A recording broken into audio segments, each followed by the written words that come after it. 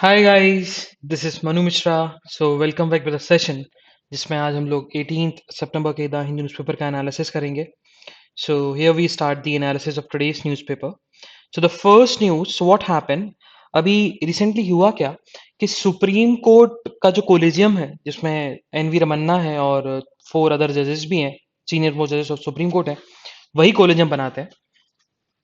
वो एक मिशन पे निकल गए हैं कि हम सारी की सारी जुडिशियल वैकेंसीज फिलअप करने वाले हैं, क्योंकि कल ही उन्होंने रिकमेंडेशन भेजी कि आप हाई कोर्ट्स में नए 8 चीफ जस्टिस अपॉइंट करिए। ठीक है। तो देखो, हाई कोर्ट के केस में भी वही प्रोसीजर होता है जो सुप्रीम कोर्ट के केसेस में होता है फॉर दी अपॉइंटमेंट ऑफ जजेस in the high court and supreme court, same है। बट यहां पर बेसिकली हम बात करें तो हाई कोर्ट की कोलिजियम जो है वो रिकमेंडेशन या बात जो है किसी भी हाई कोर्ट के सीजीआई की बात मान लेता है। उसको एक पर्सन इंक्लूड कराना होता है, लेकिन वो डिपेंड करता है कोलिजियम के ऊपर कि उसको इंक्लूड करना है कि नहीं करना। सो इसी बात पे हम बात करें तो अभी कोलिजियम में बात करें, रिसेंटली उन्होंने सुप्रीम कोर्ट में 9 जजेस को ओथ दिला दी। अभी 8 जजेस को, हाई कोर्ट के जजेस को रिकमेंड कर दिया कि आप उनको सीजे बना दो, चीफ जस्टिस बना दो, है ना। और 5 हाई कोर्ट्स के चीफ जस्टिस का रिकमेंडेशन दिया है to transfer them to different high courts. So ये कोलेजियम सिस्टम जो है ना, एक हिस्टोरिकल नोट पे वर्क कर रही है और एक अच्छा काम कर रही है। ये बेसिकली यही फर्स्ट न्यूज में बताया गया।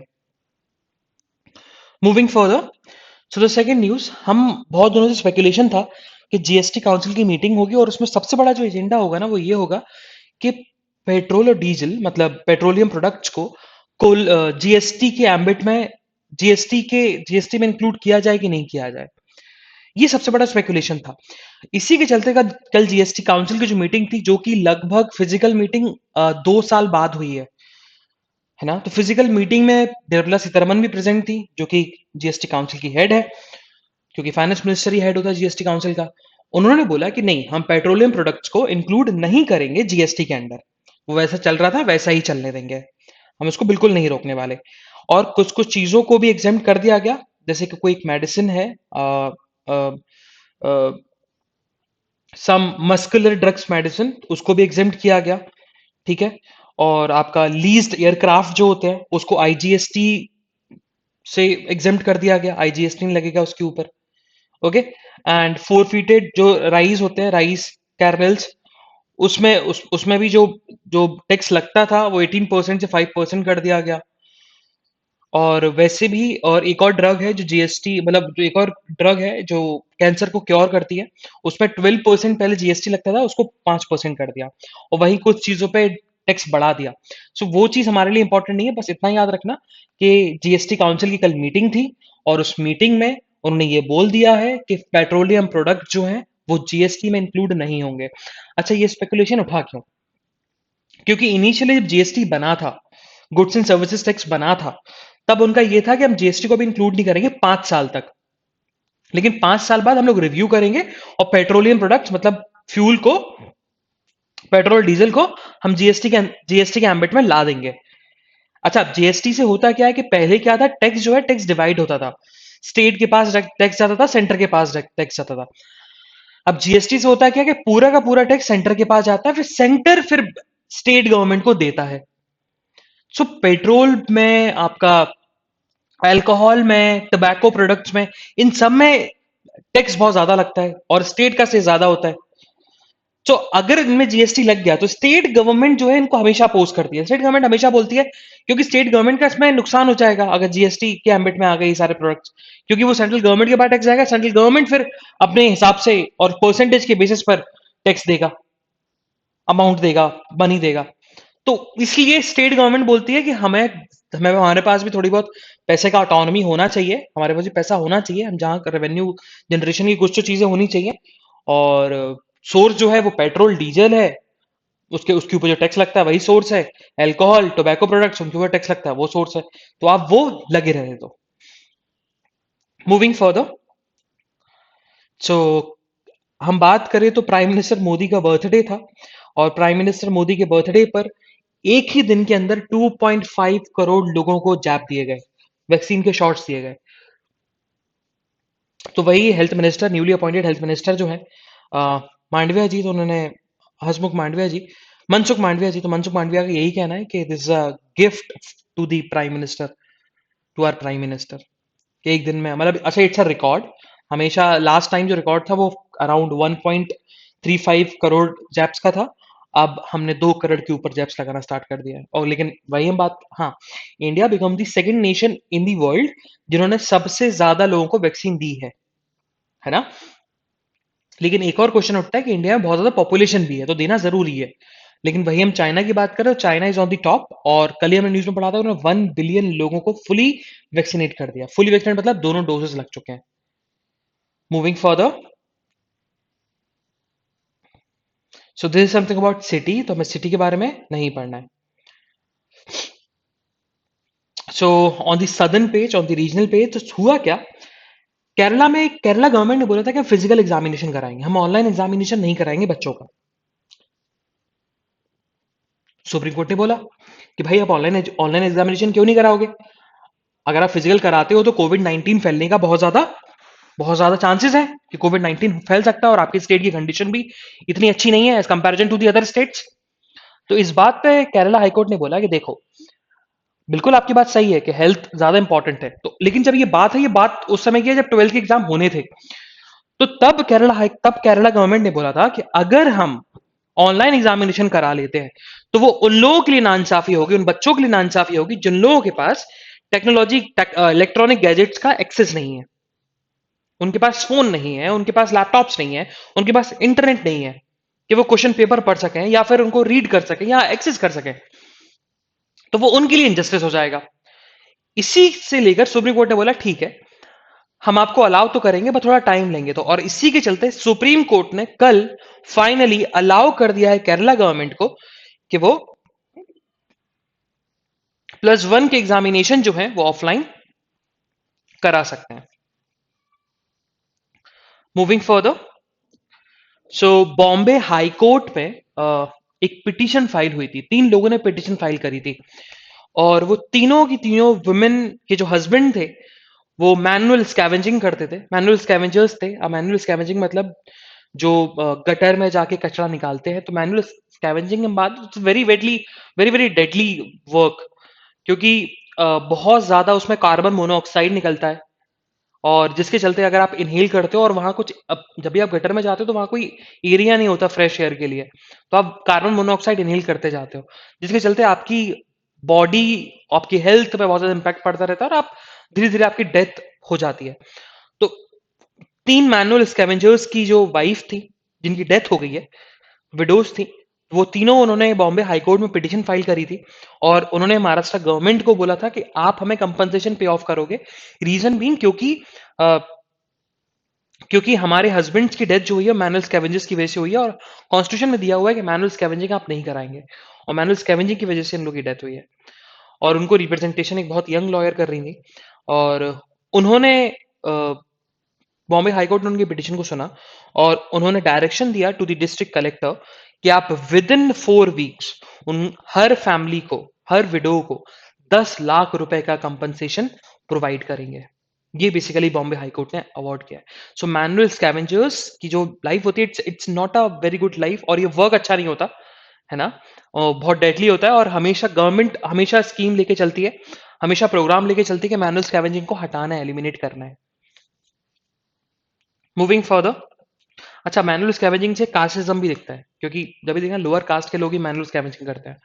तो वो उस चीज को अगर आप हटा दोगे ना, तो कास्टिज्म और मैनुअल स्कैवेंजिंग, उनकी उनकी हेल्थ भी बचेगी।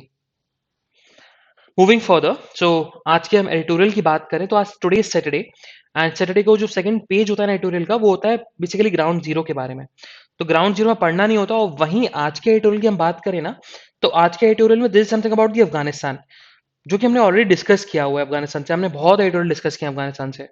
Okay, and this one is about the कि केरला में अभी एक बेसिकली एक बिशप ने, उन्होंने बोल दिया था कि जो मुस्लिम्स हैं वो लव जिहाद फैला रहे हैं, या नारकोटिक जिहाद उन्होंने टर्म दिया था, कि वो नॉन मुस्लिम्स को ड्रग प्रोवाइड करते हैं और फिर कन्वर्ट करा लेते हैं। तो इसी ने उन्होंने अर्ज किया था सारे नॉन मुस्लिम्स लोगों से कि आप कुछ भी नहीं खरीदें, कुछ भी नहीं खरीदना है आपको मुस्लिम्स लोगों से, मुस्लिम वेंडर्स से कुछ भी नहीं खरीदना है आपको। तो इसी के केरला में जो नन्स थी, अब नन्स भी वो थी, तो नन्स ने प्रोटेस्ट किया। उन्होंने बताया कि कम्युनलिज्म फैला रहे हैं ये बिशप।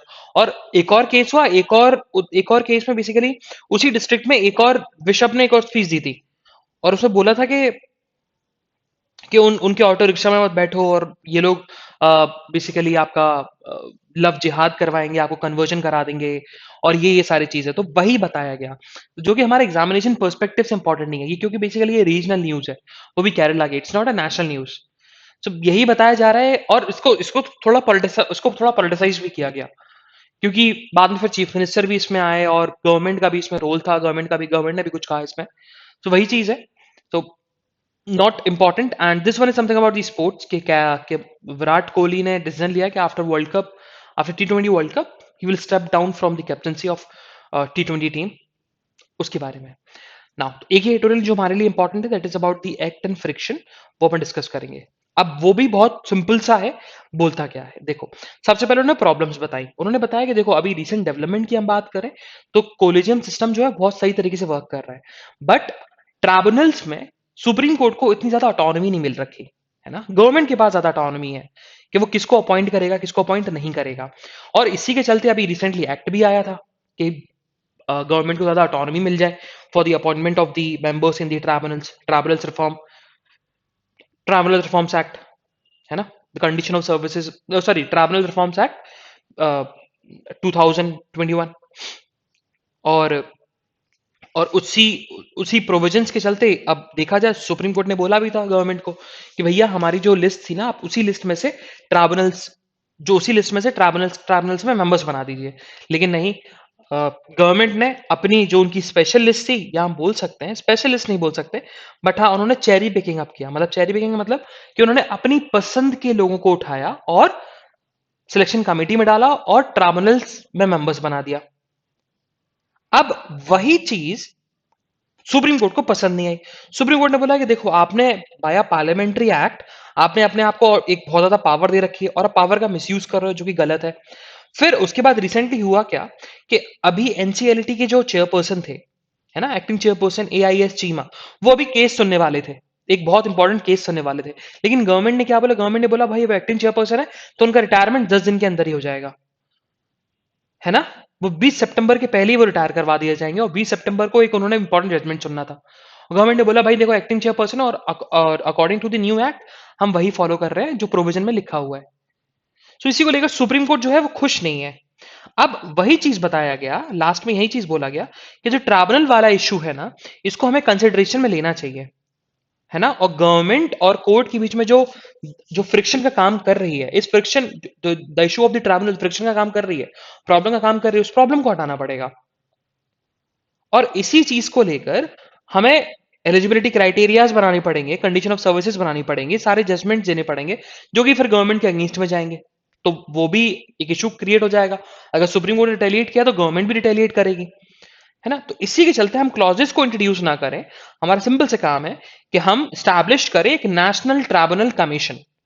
और नेशनल ट्राइब्यूनल कमीशन का काम यही होगा कि वो सुटेबल अपॉइंटमेंट्स और ट्राइब्यूनल्स कैसे फंक्शन करेगी, और वहां के मेंबर्स का एवेल्युएशन कैसे होगा, ये सारा काम अगर आप एक कमीशन बना देंगे ना, सो जो टसल है between the government and court about the issue of the tribunals, वो इशू रिजॉल्व हो जाएगा। ये बेसिकली ऑथर ने बताया। Moving further, so on the national news, so national news की हम बात करें तो जितने भी विनर्स हैं, जितने भी मेडलिस्ट हैं ओलंपिक से और पैरालंपिक से, उन सारे के सारे उनके सारे इक्विपमेंट्स लिए गए। जैसे कि हम बात करें तो हॉकी टीम के हॉकी स्टिक्स ली गई, आपके जैवलिन थ्रो जो थे, जैसे सुमित आंतिल पैरालंपिक से, और ओलंपिक से नीरज चोपड़ा, उनका उनका जैवलिन लिया गया। तो वो सब उन्होंने गिफ्ट किए थे to the prime minister Modi, है ना। और उन्हीं के बर्थडे पर उन्हीं गिफ्ट्स का ई ऑक्शन स्टार्ट हो गया, मतलब ऑनलाइन ऑक्शन स्टार्ट हो गया। अब ये हमेशा होता रहा है, क्योंकि प्राइम मिनिस्टर मोदी अब लेके कहां जाएंगे भाई, जेवलिन तो खेलेंगे नहीं वो, नीरज चोपड़ा जेवलिन थोड़ा खेलेंगे, तो उनका ऑक्शन हो जाता है, क्योंकि वो ओलंपिक मेडलिस्ट है, गोल्ड मेडल लेके आया था वो जेवलिन। तो तो लोगों को थोड़ा अफेक्ट करता और वो लोग खरीदते हैं, जो अमीर लोग होते हैं वो खरीद लेते हैं ऑक्शन में। सो वही चीज बताई गई कि ऑक्शन में उन गिफ्ट्स को बेचा जाएगा, वो भी प्राइम मिनिस्टर मोदी के बर्थडे पे स्टार्ट हो जाएगा ये ऑक्शन, और वो चलेगा तुम्हारा 7 अक्टूबर तक। और ई ऑक्शन जितना भी पैसा आएगा, उन उन गिफ्ट्स को बेच के जितना भी पैसा आएगा, वो पैसा नमामि गंगे मिशन में लगाया जाएगा। ये इंपॉर्टेंट चीज है, ठीक है। इंपॉर्टेंट क्या है कि नमामि गंगे मिशन में लगाया जाएगा। नमामि गंगा क्या है? गंगा को क्लीन करना। मूविंग फर्दर, सो देखो, अभी गुजरात में चीफ मिनिस्टर चेंज हुए, है ना, भूपेंद्र पटेल चीफ मिनिस्टर बन गए बाय रिप्लेसिंग तुम्हारा विजय रूपानी। लेकिन एक और सबसे बड़ा चेंज जो गुजरात में आया है ना, वो ये है कि विजय रूपानी के चीफ मिनिस्टरशिप में जितने भी कैबिनेट थी, जितने भी कैबिनेट मिनिस्टर्स थे, उन सारे कैबिनेट मिनिस्टर्स को हटा दिया गया और नए फेस लाए गए। मतलब कोई भी ऐसा पर्सन नहीं है जो विजय रूपानी के कैबिनेट में मिनिस्टर था और भूपेंद्र पटेल के मिनिस्ट्री में भी कैबिनेट मिनिस्टर हो, नहीं है। सारे के सारे नए फेसेस हैं, और उसमें से कुछ ऐसे हैं जिनको एडमिनिस्ट्रेटिव एक्सपीरियंस ही बहुत कम है मिनिस्टर्स को। और इसी के चलते सबसे बड़ा चैलेंज जो गुजरात कैबिनेट को लेकर होगा वो यही होगा कि इनएक्सपीरियंस कैबिनेट है, और उसके साथ साथ बहुत मेजॉरिटी ऑफ द मिनिस्टर्स जो हैं कैबिनेट में, वो फर्स्ट टाइम बने और उनको लिटिल एडमिनिस्ट्रेटिव एक्सपीरियंस है। मूविंग फर्दर, सो कल एक्सटर्नल अफेयर मिनिस्टर हमारे इंडिया के अजय शंकर, तो वो चाइनीज काउंटर पार्ट से मिले, मतलब वहां के फॉरेन मिनिस्टर, वहां के एक्सटर्नल अफेयर मिनिस्टर वांग ई से मिले, और उन दोनों की मीटिंग में यही था कि चाइना और इंडिया एलएसी के इशू को लेकर जल्दी जल्दी जल्दी जो इश्यूज हैं वो जल्दी जल्दी एट अर्लीस्ट रिजॉल्व कर ले। मूविंग फर्दर, अच्छा बताया बहुत सारा क्या कि military talk, general level comments, वो ज्यादा इंपॉर्टेंट नहीं है। बस इतना याद रखना कि दोनों की मीटिंग में जो मेन कंटेंशन था इंडिया चाइना रिलेशन, और प्रॉब्लम क्या थी? एलएसी का बॉर्डर इशू। मूविंग फर्दर, देखो, जब से बात उठी है ना कि ट्राइलेटरल पार्टनरशिप हुआ है Australia, United kingdom and US के बीच में, तब से इंडिया और क्वाड ग्रुप को थोड़ा सा इंपैक्ट लगा। उनको लगा कि देखो अब क्वाड ग्रुप का शायद रिप्लेसमेंट आ गया, क्वाड ग्रुप शायद इतना इफेक्टिव नहीं है। तो ये थोड़ा डर इंडिया में भी था, क्योंकि हमने तो भाई टक्कर ले ली अब चाइना से डायरेक्ट, है ना। ये डर जापान को भी था, ये डर तुम्हारा क्वाड ग्रुप को भी था, नॉट ओनली इंडिया। अब इसी चीज को लेकर ऑस्ट्रेलिया के जो मिनिस्टर हैं, मतलब ऑस्ट्रेलियन हाई कमिश्नर हैं टू इंडिया, बैरी ओ फेवल, उन्होंने बोला कि देखो ये बात इंडिया को पहले से पता था कि ट्राइलेटरल पार्टनरशिप होने वाली है between Australia, United kingdom and USA. तो इसमें इंडिया को डरने की बात नहीं है, ये क्वाड सिक्योरिटी डायलॉग को बिल्कुल अफेक्ट नहीं करेगा, बल्कि सपोर्ट करेगा, क्योंकि क्वाड ग्रुप के 2 नेशन तो इस ट्राइलेटरल पार्टनरशिप के खुद पार्टिसिपेंट हैं। मूविंग फर्दर, सो अभी रेलवे जो कि लार्जेस्ट एम्प्लॉयर एंड ट्रांसपोर्टर है इंडिया का, लार्जेस्ट कंट्री का, इंडिया का, उसमें अभी मेजर रिस्ट्रक्चरिंग होने की बात हो रही है।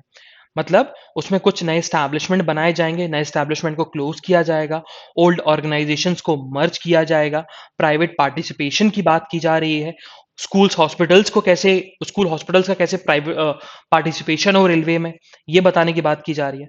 तो वही बात जो इस चीज को पढ़ना जरूर है ना, मतलब याद करने की जरूरत नहीं है, याद नहीं करना है, बस समझना है। जैसे कि अब बताया गया कि जैसे कोर है, तो कोर को वाइंड अप किया जाएगा, मतलब कोर को खत्म किया जाएगा, उसको क्लोज किया जाएगा। अब कोर होता क्या है? तो वही बताया गया, central organisation for railway electrification, उस चीज को बंद कर दिया जाएगा, उसका क्लोजर हो जाएगा। अब वही बात मर्जर किसका होगा? तो मर्जर होगा आरवीएनएल का। अब आरवीएनएल क्या है? तो वही रेलवे विकास निगम लिमिटेड है, ठीक है। और किसके साथ मर्ज किया जाएगा? आईआरसीओएन के साथ। अब आईआरसीओएन क्या है? तो वो चीज क्या है? जैसे it's about the Indian railway construction limited है, तो उसके साथ मर्ज अप किया जाएगा। तो ये सारे टर्म्स जो याद करने की जरूरत है कि क्या मर्ज हो रहा है और क्या क्लोजर हो रहा है, क्या वाइंड अप हो रहा है। Moving further, so on the world news, तो हम वर्ल्ड न्यूज की बात करें तो कल बेसिकली इनफॉर्मल मीटिंग थी भाई, ब्रिक्स की मीटिंग तो नहीं चल रही, बट हाँ ब्रिक्स की मीटिंग के बीच में ही और भी बहुत सारी मीटिंगें चल रही है जो जिसको चाइना अटेंड भी कर रहा है, जिसमें कल ईरान भी था, पाकिस्तान भी था, रशिया भी था, उसके साथ साथ चाइना भी था। और चाइना के फॉरेन मिनिस्टर ने वही बोला, एक इन्फॉर्मल मीटिंग में यही बोला कि हम चाहते हैं कि अफ़गानिस्तान जो है ना, अफ़गानिस्तान पॉलिसी बनाए, बट वो थोड़ी प्रूडेंट और मॉडरेट पॉलिसी हो। उनका ये कहना था कि थोड़ी प्रूडेंट और तुम्हारा मॉडरेट पॉलिसी हो, जिससे वहाँ के लोगों के राइट्स ब्रीच ना हो। मूविंग फर्दर, सो ऑस्ट्रेलिया और चाइना के बीच में दोनों में बहुत ज़्यादा दिक्कतें आ गई है because of the trilateral partnership. हुआ क्या? ट्राइलेटरल पार्टनरशिप हुई, और ट्राइलेटरल पार्टनरशिप क्यों हुई थी? क्योंकि ऑस्ट्रेलिया को सबमरीन चाहिए थी, न्यूक्लियर बिल्ड सबमरीन्स। और जिसमें फिर चाइना ने बोला भैया ऑस्ट्रेलिया, आपने तो ट्रीटी साइन करी थी कि हम basically non prolific nuclear non proliferation treaty, कि भैया हम चाहे ऑस्ट्रेलिया कमिट करता है कि बिल्कुल इस ट्रीटी पर कि हम न्यूक्लियर वेपन्स का बिल्कुल यूज नहीं करेंगे, और अब आप सबमरीन्स मांग रहे हैं, बताइए। तो फिर ऑस्ट्रेलिया ने कमेंट किया, ऑस्ट्रेलिया ने बोला कि आप हमें ये बताओ, जब आप न्यूक्लियर वेपन्स बना सकते हो, आप इंडो पैसिफिक रीजन में अपना डोमिनेंस दिखा सकते हो, तो आप इंडिपेंडेंटली काम कर रहे हो, मतलब अपने इंटरनल मैटर है आपका।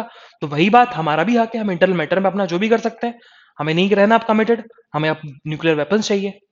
तो ये बात ऑस्ट्रेलिया कहना था, दोनों एक दूसरे के अगेंस्ट में आ गए। तो वही बात, लेट्स सी, क्योंकि ऑस्ट्रेलिया बहुत बड़ा काउंटर कर रहा है, बहुत काउंटर कर रहा है चाइना को, बहुत ज्यादा। मूविंग फर्दर, सो बिजनेस न्यूज में ऐसी कुछ न्यूज नहीं है जो हमारे एग्जामिनेशन पर्सपेक्टिव से इंपॉर्टेंट हो। So same goes with the sports news. So this is the analysis of today's newspaper. हम लोग कल फिर मिलेंगे with some exciting news, some exciting current affairs. तो भाई तब तक के लिए bye bye, have fun and enjoy your day. Bye bye guys.